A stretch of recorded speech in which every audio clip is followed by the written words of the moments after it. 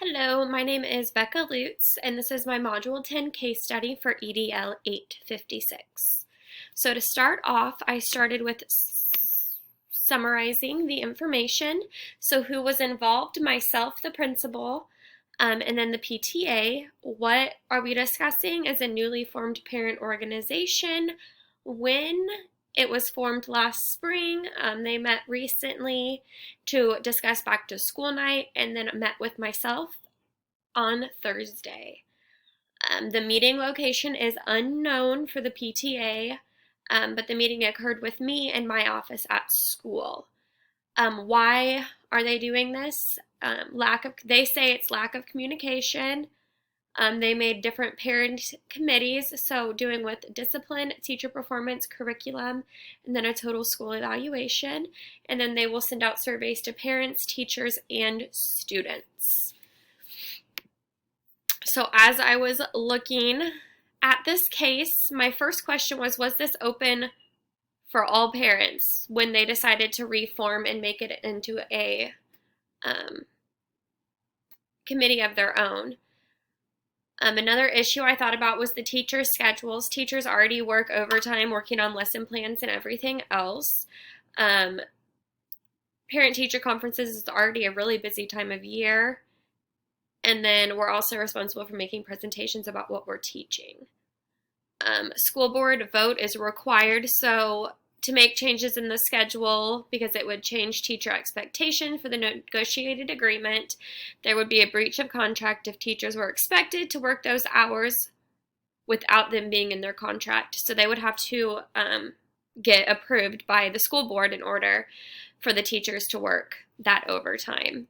And then the PTA would also have to request these changes at least 2 years in advance because it would mean changes to the school calendar.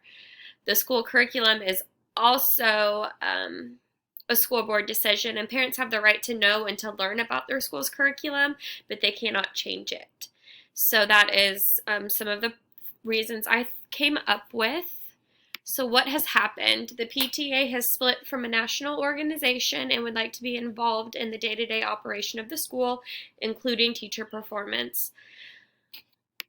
Synthesizing the facts. So who was involved? First and foremost, this is about myself, the principal, and the PTA, which was newly formed in the spring. The parents feel like they were not being heard and did not have enough say in the everyday running of the school. Teachers are being affected by this because the PTA wants to be involved in the teacher performance, which puts an even greater burden on teachers being judged by the parents. The students are also being affected because the PTA has been discussing the curriculum and making changes if needed. Also, other families, once again, we don't know who all was invited to the new PTA and if all the families were included or if it was just a group of overly concerned parents. So the other members are unknown other than the young attorney. The meeting took place in my office. The unknowns are the demographics, the location, the grades of the school, and where the PTA meets.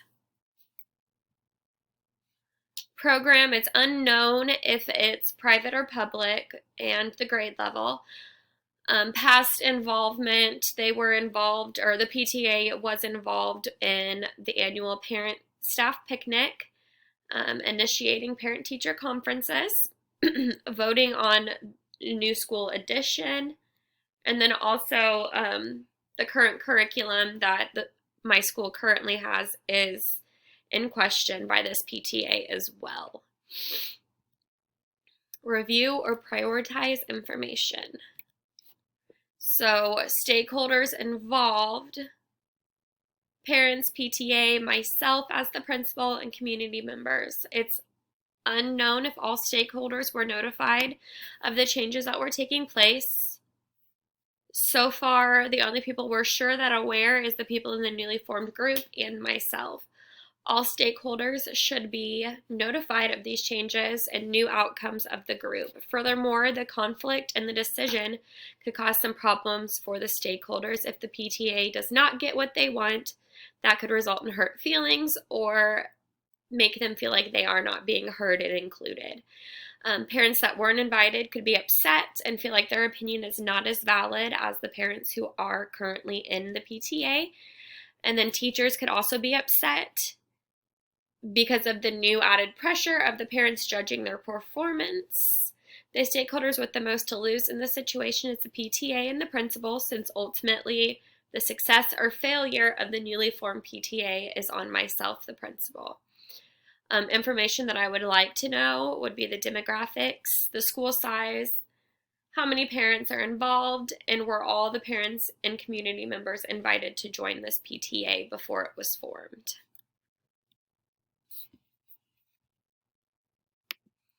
Identifying options and possible consequences. So when I was thinking about this, I came up with 4 options. So option 1 would be do nothing.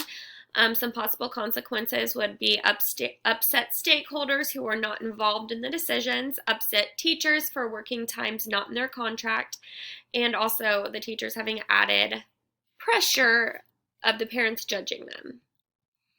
Option 2 would be collaborate. So working together, ultimately all of us want what is best for the students. Both parties would give and take and be willing to compromise. So some possible consequences of this would be upset teachers if something is agreed on that is not wrote in their negotiated agreement. But this would be best of both worlds for myself and for the PTA, both getting a little bit of what each of us think is doable. From what it sounds like, though, the PTA is not willing to compromise, considering they wouldn't even let me speak and ask questions when we met on Thursday. Option 3 would be a stakeholder meeting. So who would be involved would be teachers, board members, community members, parents, myself, and then also students. We would meet and draft a new plan with all stakeholders involved in the outcome.